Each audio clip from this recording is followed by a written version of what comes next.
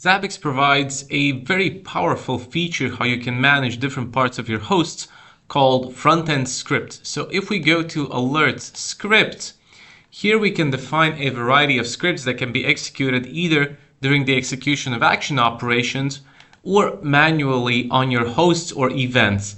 Let's look at these Windows scripts, Windows start service and stop service. So I've created them to start or stop a service from Zabbix Frontend, right? The command here is net start and net stop for the stop service. It explicitly stops a Windows service. I have permitted execution of this script on Windows servers host group, and in the advanced configuration, I have defined that users will be able to choose from three services: the IIS service, the Zabbix Agent 2 service, and Microsoft SQL service over here from a dropdown.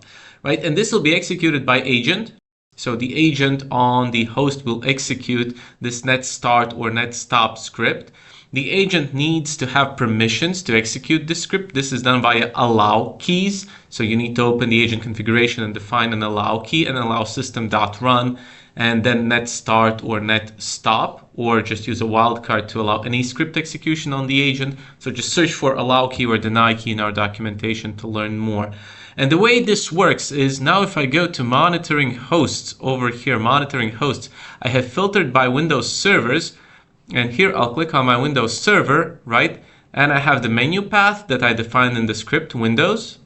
And I can select between start or stop a service. So let's stop a service. And in the drop down, I can select between three services, just as you saw before. And let's try and stop Microsoft SQL service. So let me execute it now. And let's see what the result will be. So this is done by the agent. So the agent was able to successfully stop the SQL Express service over here on the Windows server, and I can now try and start it. So once again, click on it. So monitoring hosts, click on the host, select the Windows over here menu path. Let's click start service and let's start the SQL Express service. This might take a bit longer. Let's wait for it.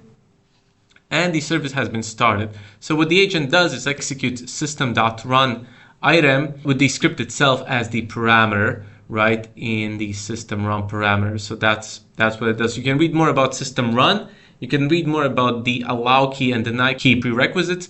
And this way you can define any sort of management script for Windows or Linux hosts. Once again, this is done under alert scripts. And when you create a new script, you need to select that this will be a manual host or manual event action. And then you can click on a host or an event and execute any type of these scripts. Can be a URL, a webhook, an SSH command, telnet command, IPMI command, or a script executed on agent or proxy or server. There are some prerequisites. Once again, you can find them in our documentation.